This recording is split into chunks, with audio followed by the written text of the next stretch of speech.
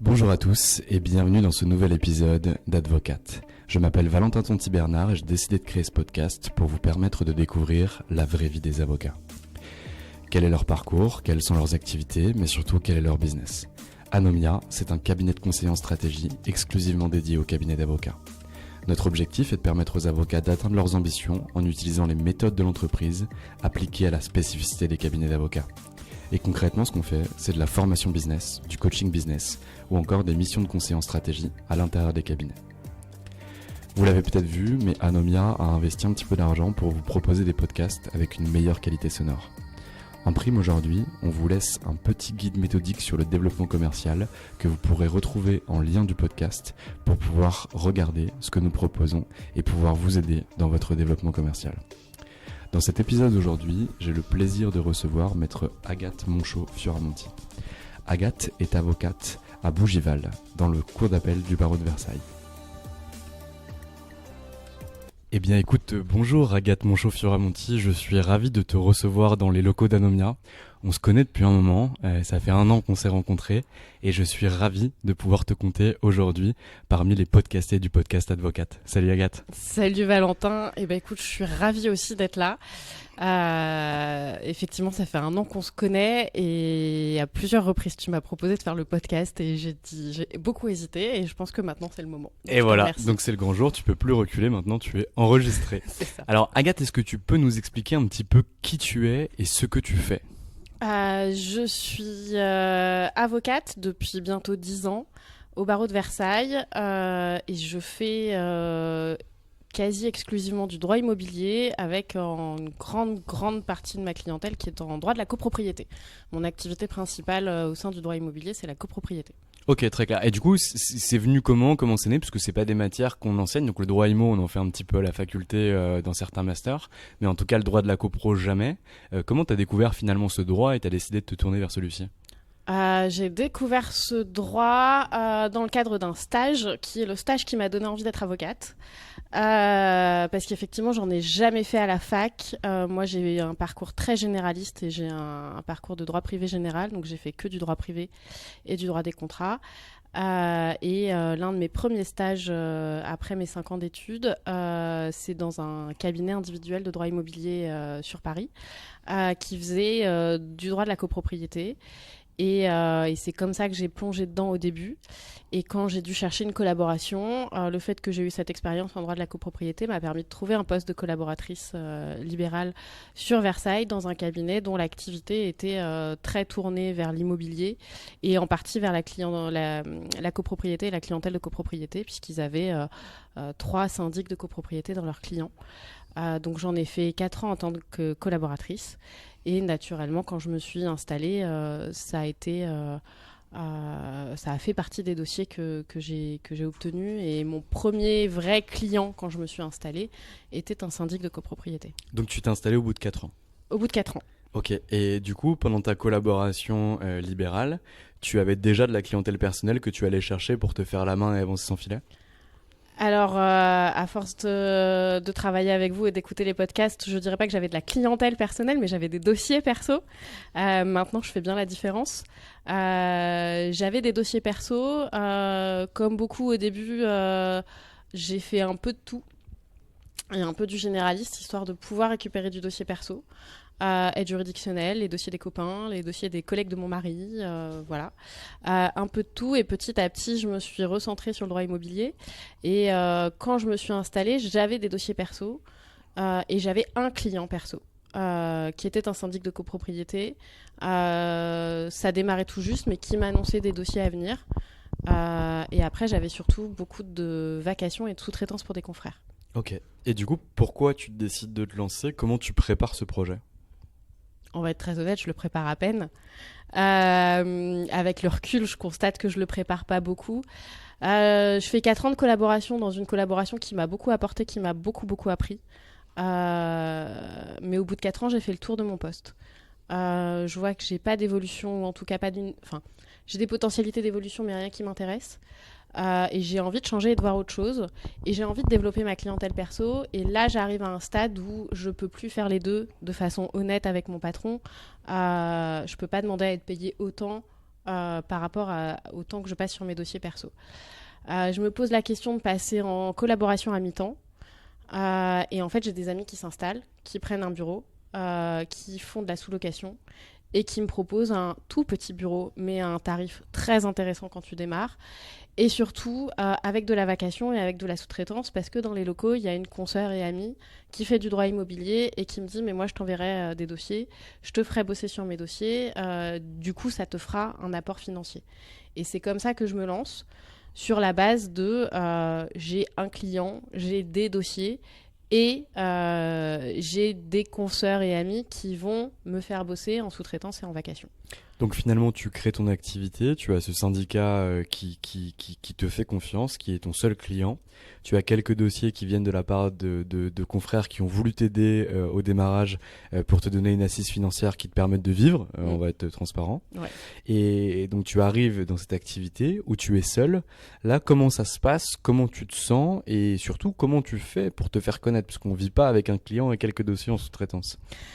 J'essaye maladroitement de faire 2-3 posts sur les réseaux sociaux. C'est surtout que j'essaye de me faire connaître auprès de mes confrères parce que je réalise très vite que les plus gros apporteurs de dossiers sont les confrères. Et après, encore une fois, très honnêtement, je pense que je fais pas les choses bien au début. J'ai la première année l'effet appel d'air de je suis la jeune consoeur qui vient de s'installer et donc on lui envoie des vacations et on lui envoie des dossiers. Et puis la deuxième année, je suis plus la jeune consoeur qui vient de s'installer et c'est plus à moi qu'on envoie les vacations et les dossiers et j'ai un vrai creux. Mais à ce moment-là, on prend contact avec moi et on vient me chercher. Une consoeur a une clientèle de droit immobilier qui n'est pas la sienne, qui est celle de son ancienne associée qui est partie.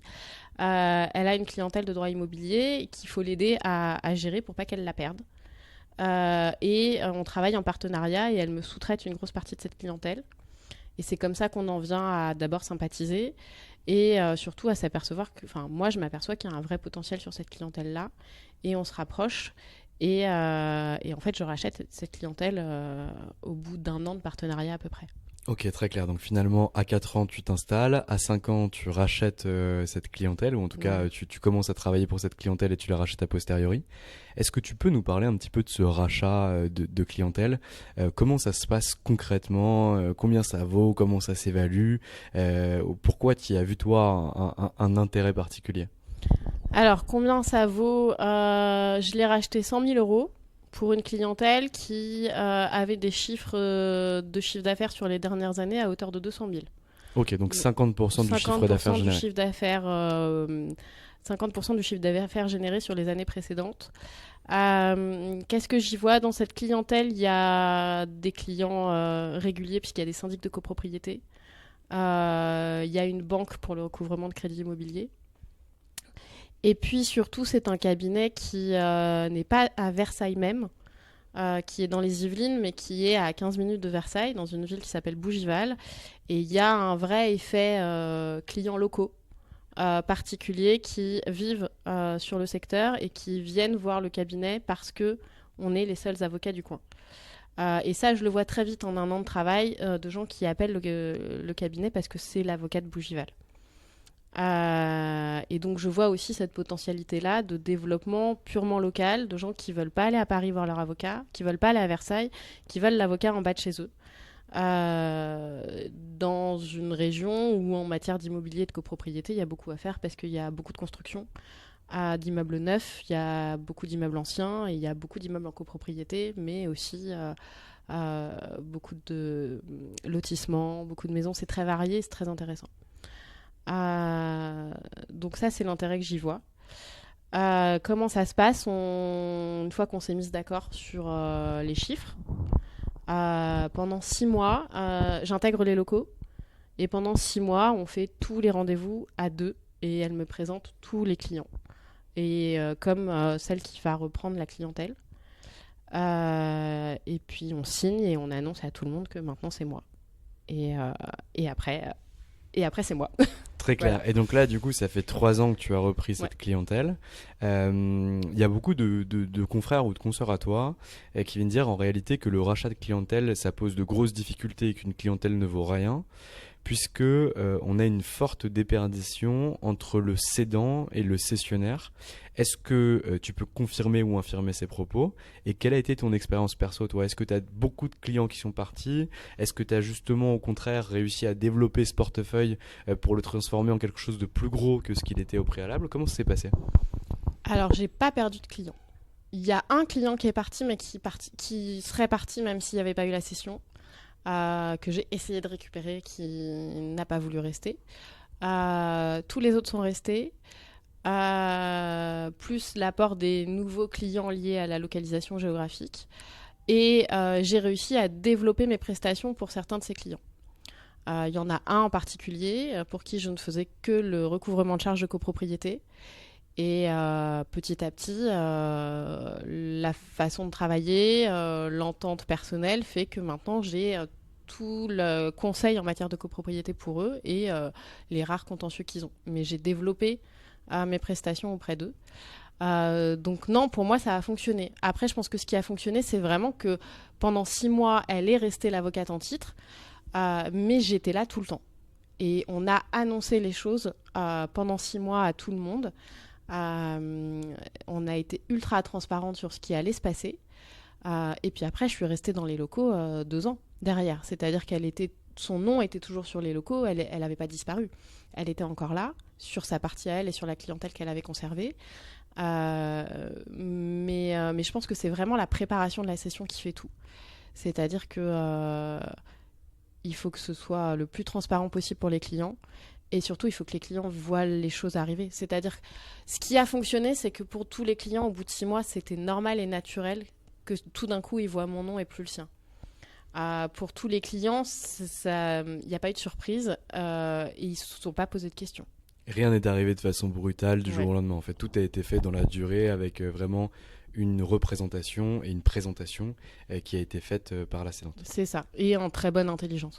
Et donc, quand tu rachètes cette clientèle, c'est une clientèle qui fait 200 000 euros de chiffre d'affaires. Tu ne rachètes pas que la clientèle, je crois savoir, que tu as aussi une assistante qui vient avec toi. C'est ça. En fait, c'est un vrai rachat d'entreprise, entre guillemets, puisque il y avait une assistante juridique dévouée à cette clientèle, que j'ai donc, effectivement, on a transféré le contrat de travail et je suis devenue employeur. Et alors là, du coup, comment ça se passe? Parce que j'ai bien compris pour la présentation aux anciens clients que tu as réussi à récupérer et le portefeuille que tu as développé. Et au niveau du coup du management et des liens avec cette personne, comment ça s'est passé? Pareil, c'est les 6 mois de préparation qui ont tout fait. C'est mon intégration dans les locaux, on s'est présenté et pareil, c'est la transparence. C'est-à-dire qu'on a fait un rendez-vous toutes les deux, sans la cédante du coup, en disant voilà, on va travailler ensemble, voilà ma façon de travailler, quelles sont vos attentes, est-ce que ma façon de travailler vous convient? Et surtout, et c'est toujours notre règle maintenant, c'est s'il y a un truc qui ne va pas, vous me le dites tout de suite. Et inversement. Et elle est très impliquée, bien plus qu'elle ne l'était avant, elle est très impliquée dans le développement du cabinet, dans ce qui va, dans ce qui ne va pas. On vient de faire un process de recrutement de collaboratrices. Elle a participé au processus de recrutement, elle a fait un entretien parce que il était évident qu'il faut que la collaboratrice qui arrive s'entende bien avec elle et que ça matche entre les deux. Voilà, elle participe, elle sait quels sont les chiffres du cabinet, elle sait ce qu'on facture tous les mois, elle sait quels sont les objectifs. Elle est totalement impliquée et depuis le début, on a joué sur la transparence et l'implication. Très clair. Donc finalement, au bout de 4 ans, tu t'installes, tu démarres avec un syndic et quelques vacations et quelques sous-traites. Tu rachètes cette clientèle que tu continues à développer. Aujourd'hui, concrètement, t'en es où? Comment t'es allé chercher du nouveau business et comment t'as réussi à te développer? Comment j'ai cherché? Je suis pas sûre d'être allée le chercher correctement, totalement. J'ai travaillé sur les clients existants pour essayer de développer avec eux. J'ai vraiment travaillé sur la relation client et sur la satisfaction client et sur être sûr que la façon dont je travaille avec eux fonctionne pour que eux m'envoient plus de dossiers et continuent à me recommander. Et après, je me suis fait connaître auprès des confrères sur la matière de la copropriété. Sur le barreau de Versailles et en règle générale, on n'est pas beaucoup de confrères à faire vraiment de façon quasi exclusive de la copropriété. Beaucoup de confrères n'aiment pas ça. Et ma plus grosse source de développement, c'est l'apport de dossiers par les confrères en matière de copropriété. Et comment tu travailles justement ce lien avec les confrères? Parce que les confrères, ils te connaissent pas nécessairement. Comment tu as réussi à, affirmer ton positionnement en termes d'expertise et ton positionnement aussi géographique au niveau de Bougival? Et deux, comment tu as fait pour rentrer en lien avec les clients, avec les prospects, avec tes confrères, pour que ceux-ci puissent t'apporter de la clientèle? Le relationnel avec les confrères, le relationnel pur et dur, c'est l'avantage d'un moyen barreau comme l'est le barreau de Versailles. On est entre 900 et 1000 confrères. Et quand on fait la même matière ou des matières similaires, on se côtoie beaucoup en audience et on se connaît comme ça. L'une de mes consoeurs qui m'apporte le plus de dossiers est une consoeur qui fait du droit immobilier, beaucoup, mais qui ne veut plus faire de droit de la copropriété et qui m'envoie tous les clients qui lui arrivent en droit de la copropriété, par exemple. Et après, j'entretiens le relationnel et c'est une consoeur que j'apprécie beaucoup, donc ça fonctionne comme ça. Et après, petit à petit, c'est les discussions de palais, les discussions de soirée de barreau, et le fait qu'on s'envoie des dossiers de façon réciproque. C'est-à-dire que là encore, une consoeur qui fait du droit du travail sur le barreau de Versailles m'a envoyé un dossier en droit immobilier. J'ai le resto du coin dans lequel je vais manger régulièrement qui a un besoin en droit social. Je lui ai très naturellement donné ce nom-là. D'une, parce que c'est une façon de remercier, de deux, parce que je sais qu'elle est compétente et manifestement on pense que je suis compétente et je fais savoir que je suis compétente parce que je parle de mes dossiers, parce que quand on se croise au palais, quand on discute, je parle de mes dossiers, je parle des choses qui me posent difficulté mais aussi des choses qui m'intéressent. Je fais en sorte de parler de ce que je fais et comme j'aime ce que je fais, c'est assez facile. Très clair. Et du coup, en termes de positionnement extérieur, d'action de communication, d'action de notoriété, d'action marketing, est-ce que tu mets des choses en place ou pas du tout? J'ai mis en place depuis un an une communication sur les réseaux sociaux, sur LinkedIn principalement, mon site internet un peu. Je fais des publications sur mon site internet, je fais des publications sur LinkedIn, sur ce que je fais, sur les dossiers que je traite, sur les problématiques de copropriété. C'est mes actions essentielles pour le moment. Et est-ce que tu vois un retour sur investissement de ce que tu fais? Oui. J'ai des retours, j'ai des demandes de devis qui ne matchent pas toujours parce que les gens qui me contactent ne sont pas toujours les décisionnaires finaux. Oui, j'ai déjà rentré au moins 3 dossiers via juste de gens qui m'ont vu sur LinkedIn et qui ont vu mes posts. Très clair. Est-ce que tu pourrais nous parler un petit peu de l'évolution en termes de chiffre d'affaires de ta société? Parce que je suis sûr qu'il y a beaucoup de confrères et de consoeurs qui t'écoutent ou qui nous écoutent, qui doivent se poser la question finalement de l'installation pour connaître les différents caps par lesquels on passe. Toi, est-ce que tu peux un peu nous en parler? Oui. Moi, je commence en 2017 avec un... Alors, je ne saurais pas combien de chiffre d'affaires je faisais en tant que collaboration, mais je commence, quand je m'installe, mon chiffre d'affaires de dossier perso, c'est 30% de mon chiffre d'affaires. Je m'installe en 2017, je fais à peu près un peu moins de 70 000 euros de chiffre d'affaires. Et comme je te le disais, j'ai un gros creux l'année d'après, parce que je n'ai pas fait le travail pour aller chercher les clients et qu'ils sont venus tout seuls la première année, ils ne le sont pas venus tout seuls la deuxième. J'ai une baisse. Je baisse quand même à 55 000 à peu près. Donc c'est pas une petite baisse, j'en suis consciente. C'est une baisse significative. Ouais. Et après c'est l'année du rachat. Et là l'année du rachat qui arrive en milieu d'année, mais du coup je double. Je fais plus de 100 000 la première année.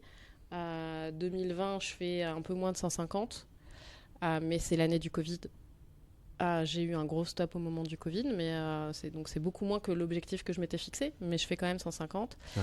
Et 2021, je fais 30% de croissance. J'ai fait 2021 à 190 000. Ok, très clair. Et là, du coup, les objectifs à venir, c'est quoi concrètement? L'objectif à venir, c'est 20% de plus. Je suis très mauvaise mathématicienne, donc je ne saurais pas te donner un chiffre d'affaires. On va dire que ça fait 40 000 de plus. Ouais, voilà. Et on est bien parti, puisque sur la première moitié de l'année, on est déjà à 23% de croissance. D'accord, donc ça c'est une super bonne nouvelle. Et du Ouais. coup, qu'est-ce qui explique cette croissance? Parce que je comprends bien que tes confrères t'envoient des dossiers, tu nous parles du bon relationnel que tu peux avoir avec certains d'entre eux, tu nous parles des discussions palais, également des actions que tu mets en place à titre personnel sur ton site internet, sur tes réseaux sociaux. Ça t'a permis finalement d'avoir une croissance organique chaque année, excepté la deuxième, d'à peu près 30% de croissance par an?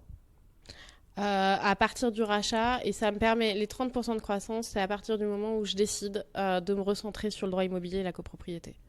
C'est-à-dire que quand je m'installe sur 3 secteurs, qui sont les 3 secteurs que je pratiquais en collaboration.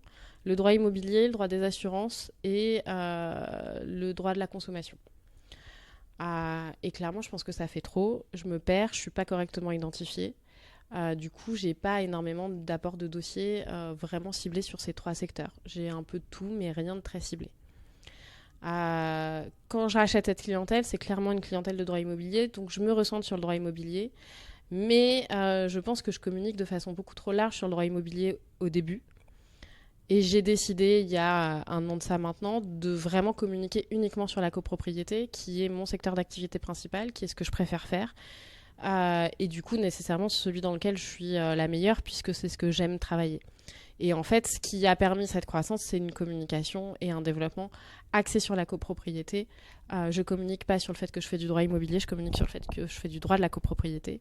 Ce qui fait qu'on m'envoie que des dossiers en droit de la copropriété, mais quand un dossier arrive en droit de la copropriété, on se pose pas la question, c'est à moi qu'on l'envoie. Donc finalement, c'est un positionnement stratégique fort Ouais. que tu as pris. Tu as décidé de recentrer tes activités en supprimant deux et en prenant un sous-segment du dernier, le droit immobilier. Ouais. Derrière, tu as mis en place des actions de notoriété sur ce secteur-là. Tu as aussi communiqué auprès de tes confrères et à Radio Palais que tu faisais du droit de la copro et pas simplement du droit immobilier. Et grâce finalement à cet affinage du positionnement, tu réussis à avoir cette croissance. Franchement, je suis assez admiratif parce que mon mentor a toujours eu une phrase à mon égard où il me disait tu sais que la multiplicité des expertises affichées et affirmées cache l'incompétence généralisée. Et en réalité, un avocat qui aujourd'hui se positionne sur beaucoup de secteurs d'activité, et je ne dis pas qu'il va être incompétent, il y a des très bons généralistes, etc.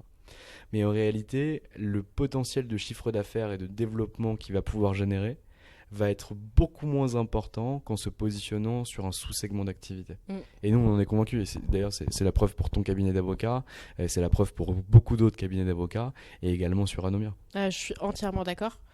Et c'est bien ce dont je me suis rendu compte il y a un an, ce que j'ai réalisé il y a un an.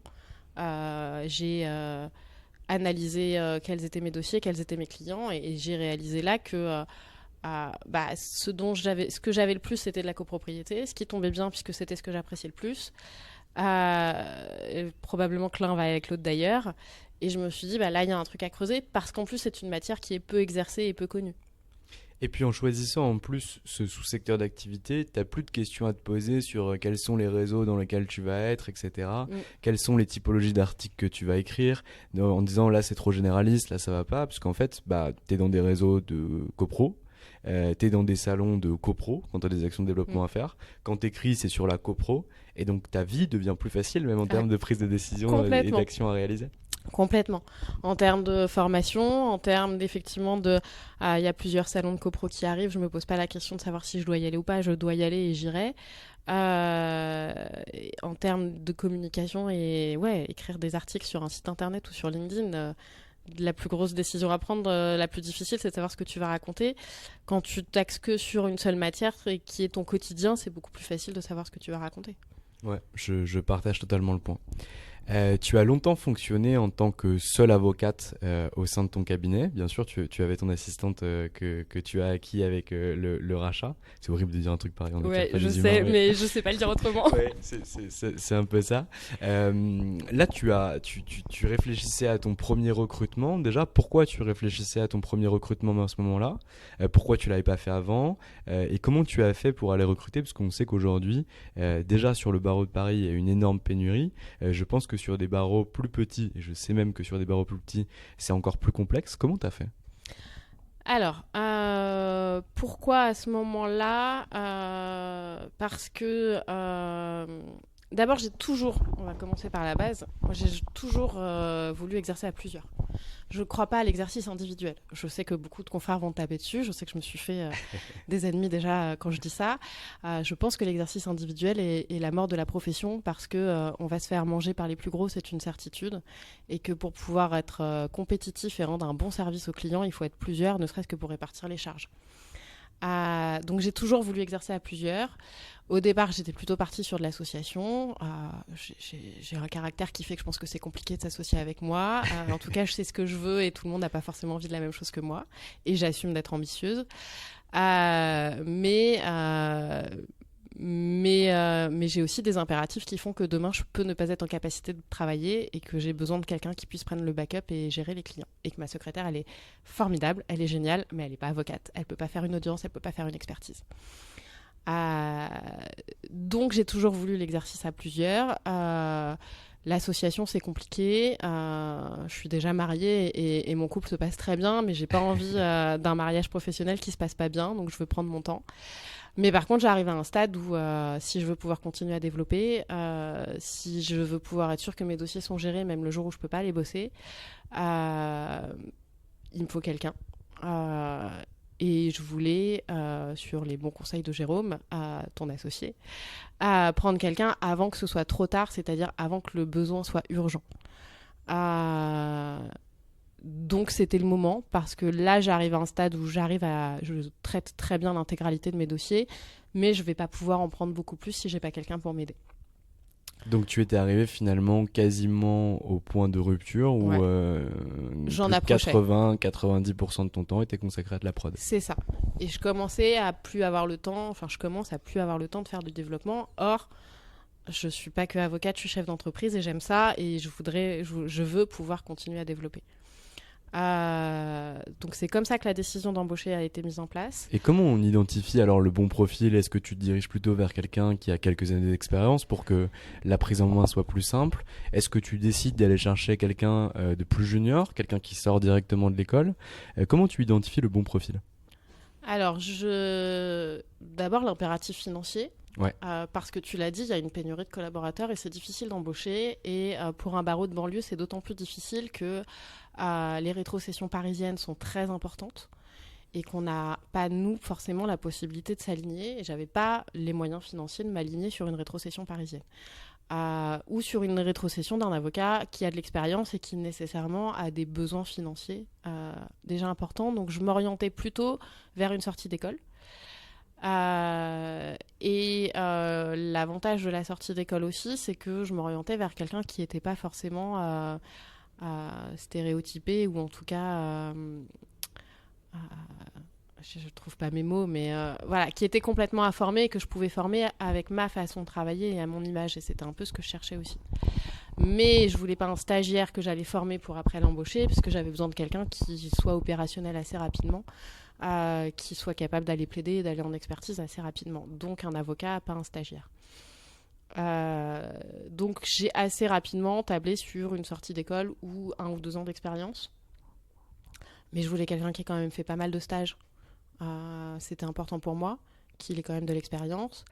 Et après, je cherchais pas nécessairement quelqu'un qui connaisse le droit de la copropriété parce que c'est pas une matière qu'on étudie beaucoup à l'école et qu'on n'est pas beaucoup de confrères à le faire. Je cherchais quelqu'un qui soit capable de raisonner et de se mettre à une nouvelle matière éventuellement. Ça, c'était le profil recherché. Comment je l'ai cherché? J'ai rédigé une annonce. Ouais. C'est la base. Dans l'annonce, je me suis attachée à expliquer comment le cabinet fonctionnait et ce que je garantissais aux collaborateurs. Parce que, encore une fois, je rentre en compétition avec un certain nombre de cabinets parisiens qui vont offrir des rétrocessions très importantes et que je ne peux pas offrir. Je ne peux pas m'aligner.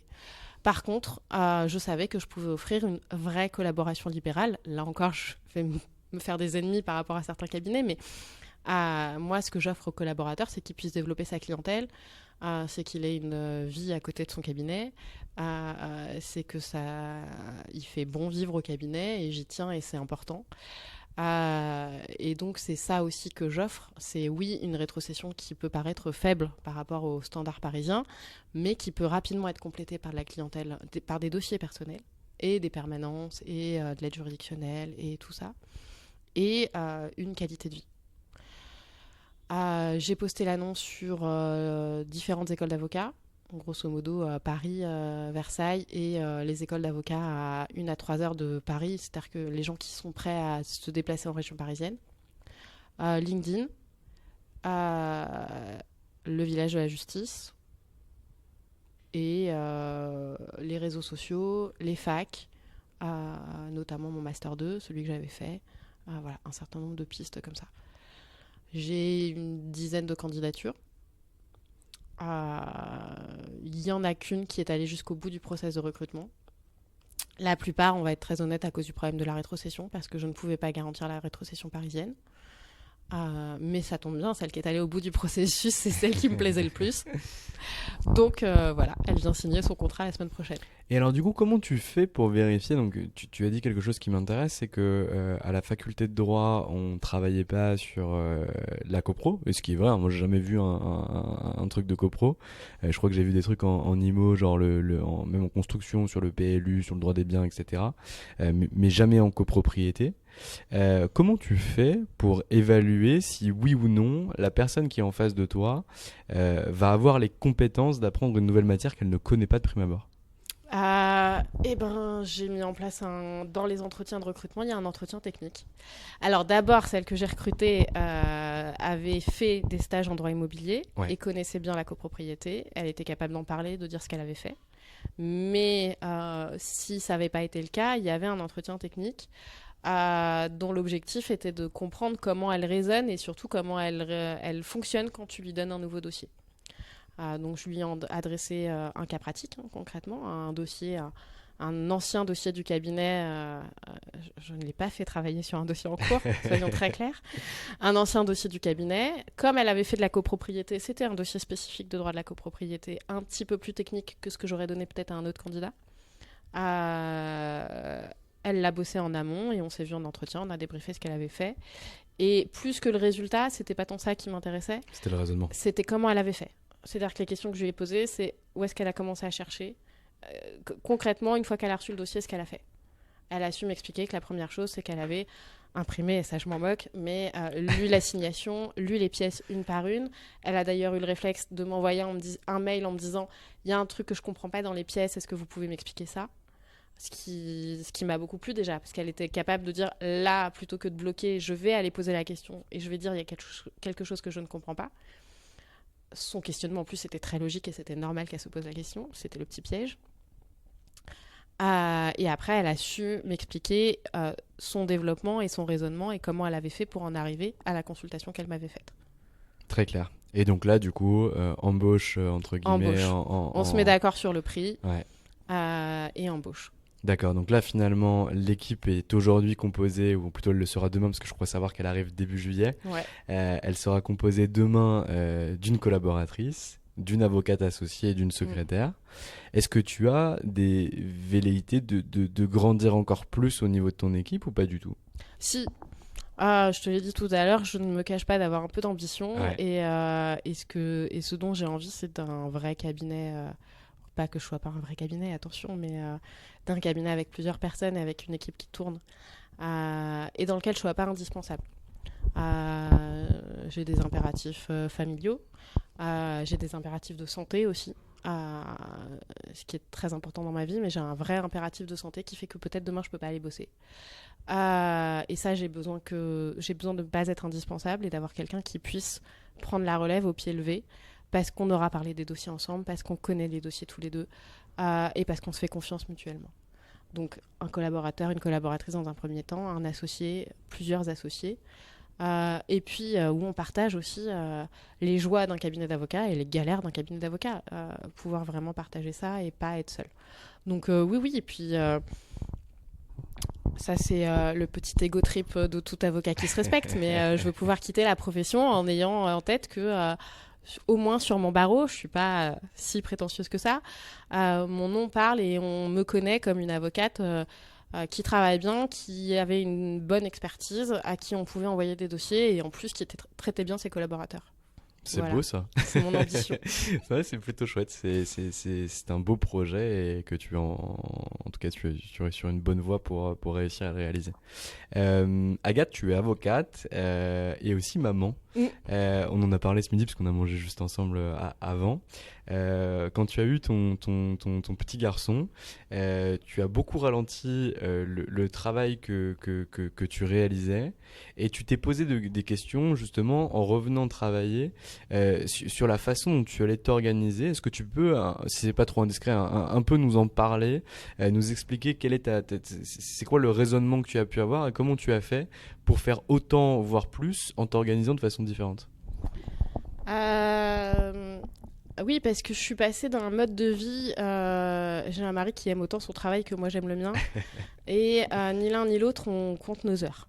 Je suis passée d'un mode de vie à on s'appelait l'un et l'autre en disant écoute, j'ai une urgence, j'ai un dossier, là je vais rentrer tard. Bah, l'autre restait bosser aussi.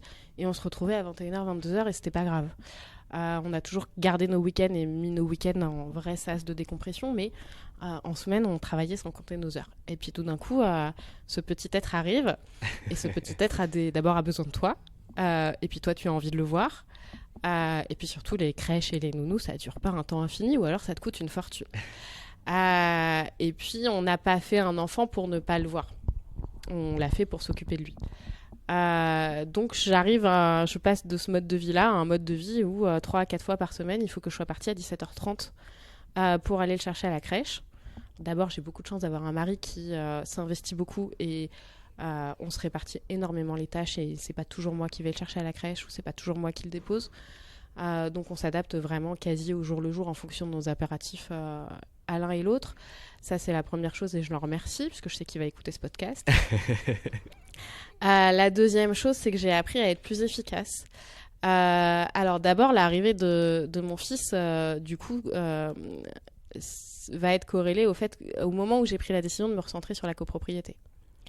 C'est-à-dire que je me suis dit aussi que pour être plus efficace, il fallait que je sois dans un domaine que je connaissais bien, parce que je travaillerais beaucoup plus vite dans un domaine que je connais très bien que dans un domaine où il va falloir que je me replonge toujours dans mes livres et les recherches. Donc je me suis reconcentrée sur cette matière-là essentiellement aussi pour être plus efficace. Et puis après, j'ai décidé d'aller à l'essentiel. Alors ça a toujours été ma façon de fonctionner, j'ai jamais fait des conclusions de 40 ou 50 pages, mais je vais beaucoup plus à l'essentiel qu'avant. Je me repose énormément sur ma secrétaire. Et puis surtout, je m'aperçois que je fais tout autant en une journée de 9h 17h30 que ce que je pouvais faire avant en 9h 21h. Parce que je sais qu'à 17h30, il faut que je sois partie et qu'il faut que j'ai fait les tâches que je m'étais fixées pour la journée et que donc je perds beaucoup moins de temps sur les réseaux sociaux, dans les déjeuners avec les confrères, au téléphone avec les clients. Voilà, je suis beaucoup plus focus et concentrée sur ce que j'ai à faire. Alors après, le défaut de tout ça, c'est que les déjeuners confrères les déjeuners confrères et les calls avec les clients, c'est aussi le développement et c'est important aussi de le faire. Ouais. Donc là, au bout d'un an et demi, je me remets à le faire un peu plus parce que je m'aperçois que c'est un axe de développement qu'il ne faut pas perdre. Mais j'ai aussi appris à être plus efficace et découvert qu'en réalité, le présentéisme te pousse à perdre du temps et qu'on peut être beaucoup plus efficace quand on sait que sa journée est comptée que quand on sait qu'on peut partir à n'importe quelle heure. Ouais, je partage totalement le point. Aujourd'hui, donc, tu t'es recentré sur le syndic de copropriété. Je sais que tu es très présente territorialement et d'ailleurs tu y tiens.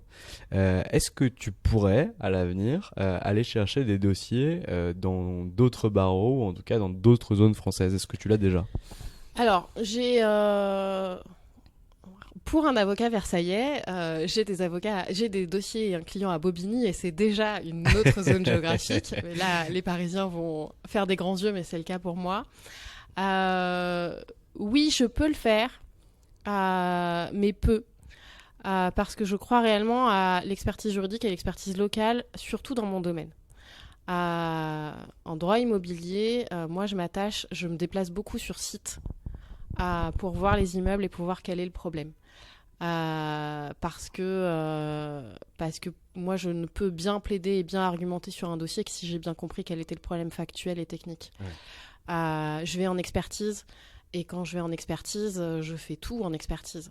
Une de mes premières maîtres de stage, celle qui m'a donné envie d'être avocate et de faire de la copropriété, m'a amenée en expertise et m'a expliqué que la seule règle en expertise, c'est de pas suivre l'expert, c'est de pas lâcher l'expert des yeux et de le suivre quoi qu'il arrive, d'être derrière lui quoi qu'il arrive. Et j'ai toujours appliqué cette règle et ça me réussit. Et je ne lâche pas l'expert, ce qui fait que quand l'expert descend dans un vide sanitaire, je descends dans un vide sanitaire. Que quand l'expert va sur un toit, je vais sur un toit. Et tant que physiquement je serai en capacité de descendre dans un vide sanitaire et d'aller sur un toit, je continuerai à le faire. Mais pour faire ça et pour être rentable, pour moi et pour les clients, il faut que ces déplacements-là ne me coûtent pas trop cher en termes de coût de déplacement et en termes de temps. Et donc, il faut rester local. Et en plus, ça me permet de très bien connaître mon secteur géographique, les particularités de telle ou telle ville, de tel ou tel secteur géographique, connaissance que je n'aurais nécessairement pas si j'ai des dossiers à Tours, Orléans, Lille, Lyon ou Marseille. Donc, oui, à la marge pour certains clients. Mais si un jour je devais me développer ailleurs que dans les Yvelines ou la région parisienne, ce serait parce que j'ai un avocat sur place qui pourrait travailler comme moi et ce serait plus dans le cadre d'un développement multi-cabinet que moi perso qui me déplace partout parce que je pense que c'est rentable ni pour moi ni pour le client. Très clair.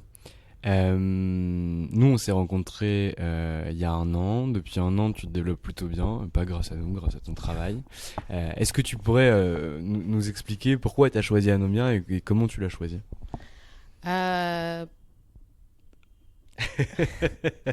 Alors, pourquoi et comment? On va commencer par le comment. Je me suis retrouvée en congé maternité à pas pouvoir allumer la télé parce que mon fils était là. Il fallait bien m'occuper, à être très fatiguée, donc la lecture c'était compliqué et j'ai découvert les podcasts. Et donc je suis tombée sur ton podcast. D'abord, Anomia, moi je l'ai découvert par les podcasts et j'ai apprécié l'aspect business de vos podcasts et pas juste l'aspect moi avocat, je suis grand avocat, mais l'aspect moi avocat, je développe comme ça. Et puis du coup j'ai un peu fouillé et puis je t'ai contacté sur LinkedIn et tu m'as proposé la formation Boost. Vous êtes arrivé au moment où je sortais de mon congé maternité et si j'avais tout bien préparé pour mon congé maternité et tout bien facturé ce qu'il fallait pour pouvoir notamment gérer mon absence pendant la maternité, je n'avais pas anticipé que n'étant pas là, les clients ne me paieraient pas. Et j'ai eu un très gros trou de trésorerie. Et là, j'étais en phase où j'ai un trou de trésorerie, il faut que je reprenne, c'est compliqué de tout gérer, l'enfant, la nouvelle vie... le développement et justement réussir à développer de façon intelligente tout en traitant les dossiers, tout en allant chercher mon fils à la crèche. Et la formation Boost m'a donné un nouveau souffle, m'a montré qu'effectivement en me recentrant sur la copropriété, c'était plus facile d'aller chercher du prospect, c'était plus facile de développer. Et puis après, le partenariat avec Anomia... m'a permis d'avoir un regard extérieur qui me dit... Sur Sparring Partner, du coup. Sur Sparring Partner, oui, c'est ça. Après, j'ai souscrit Sparring Partner avec vous, et donc ça fait 1 an que je vois Jérôme en visio tous les mois, et ça m'a permis aussi d'avoir un regard extérieur qui m'oriente sur comment développer, comment bosser, comment être efficace. Très chouette. J'espère que j'ai répondu à ta question. Ouais, carrément. On te filera 10 balles à la fin du...